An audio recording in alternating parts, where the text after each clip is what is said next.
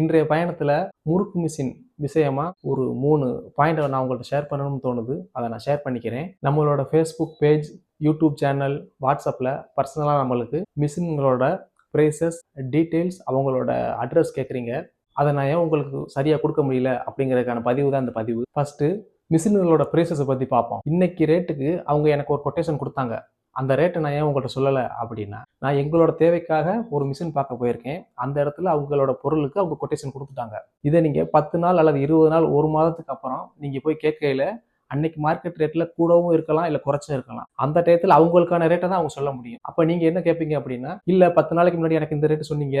வீடியோல பார்த்தேன். இப்போ ஒரு ரேட் இருக்கு அப்படின்ட்டு நீங்க அவங்கள்ட்ட கேட்க போகலாம். அது அவங்களோட பிசினஸ்க்கு ஒரு பெரிய பாதிப்பை உண்டுபடுத்தும். அந்த வேலை நம்மளுக்கான வேலை கிடையாது. செகண்ட், நீங்க எல்லாம் அட்ரஸ் கேட்குறீங்க. அட்ரஸ் நீங்க என்கிட்ட கேட்கணும்னு அவசியம் கிடையாது. நீங்களே உங்களோட மொபைல்ல நான் விசிட் பண்ண கம்பெனிகளோட நேம் ஃபுல்லா நான் காமிச்சிருப்பேன். கூகுள்ல அவங்க கம்பெனியோட நேமை பிளேஸ் பண்ணிட்டு அந்த நேமுக்கு பக்கத்துலேயே அட்ரஸ் அப்படின்னு போட்டிங்கன்னா அவங்களோட கரண்ட் அட்ரஸ் வந்துடும். அவங்களோட கான்டாக்ட் நம்பர் வேணும் அப்படின்னா அவங்களோட நேம் பக்கத்துல கான்டாக்ட் நம்பர் அப்படின்னு போட்டிங்கன்னா அவங்களோட கான்டாக்ட் நம்பர் வந்துடும். அதுல நீங்க தொடர்பு கொண்டுக்கலாம்.